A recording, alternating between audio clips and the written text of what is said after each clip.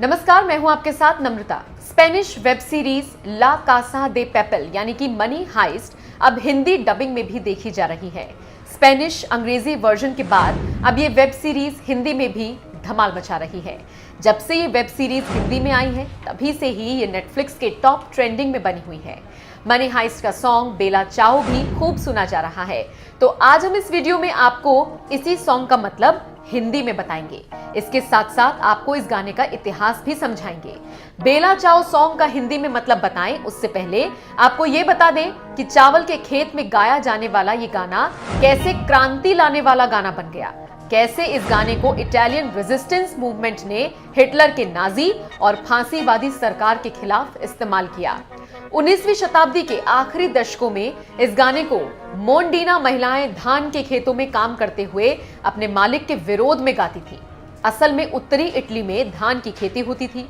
यहाँ पर काम करने के लिए गरीब महिलाओं को लाया जाता था। उन्हें बहुत ही बदतर हालातों में काम करना पड़ता था। उनके पैरों में चप्पलें नहीं होती थी। उनकी पीठ पर घंटों घंटों सामान लादा जाता था, जिसकी वजह से वो झुकी रहती थी। कई घंटे लगातार काम करने के बाद भी इन्हें बहुत कम मेहनताना मिलता था, जिसके विरोध में ये मजदूर बेला चाओ गाने को गाती थी। हालांकि उस फोक सॉन्ग का लिरिक्स बहुत अलग था, जिसमें वो कहती थी कि हम सुबह उठते हैं, खेतों में काम करते हैं और हमारा मालिक डंडा लेकर खड़ा रहता है। हम यहाँ घंटों बिताते हैं और अपनी जवानी खो देते हैं, लेकिन एक दिन ऐसा आएगा कि हम लोग स्वतंत्र होकर काम करेंगे।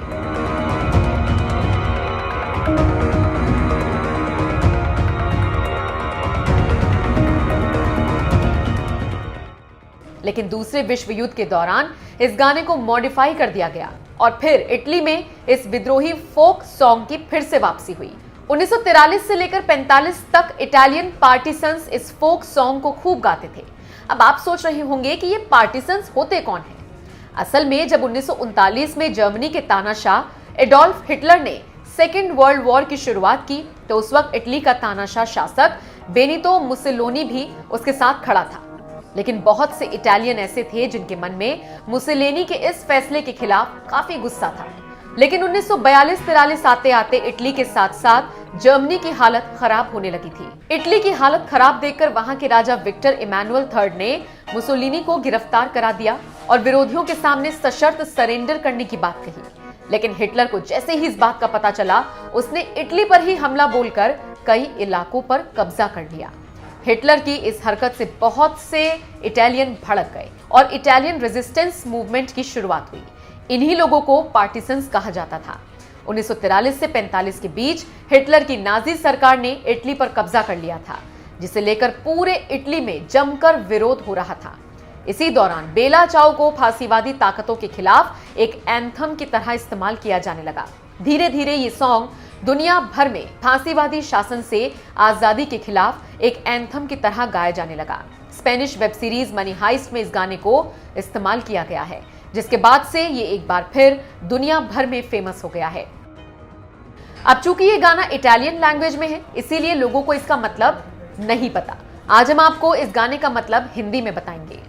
Una mattina mi sono alzato, oh vela ciao, vela ciao, vela ciao, ciao, ciao. Una mattina mi sono alzato e ho trovato l'invasor, un partigiano, dammi via.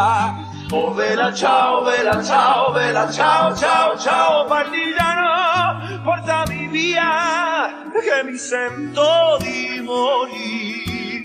मतलब कि एक दिन मैं सुबह उठा, गुड बाय ब्यूटीफुल, और मुझे अपने देश में आक्रमणकारी दिखे। मैं उनसे लड़ने जा रहा हूँ। मुझे लगता है कि मेरी मौत नजदीक है। E se io muoio da partigiano, oh vela ciao, vela ciao, vela ciao, ciao, ciao. E se io muoio da partigiano, tu mi devi seppellire.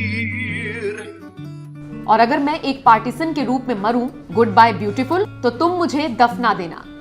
E seppellire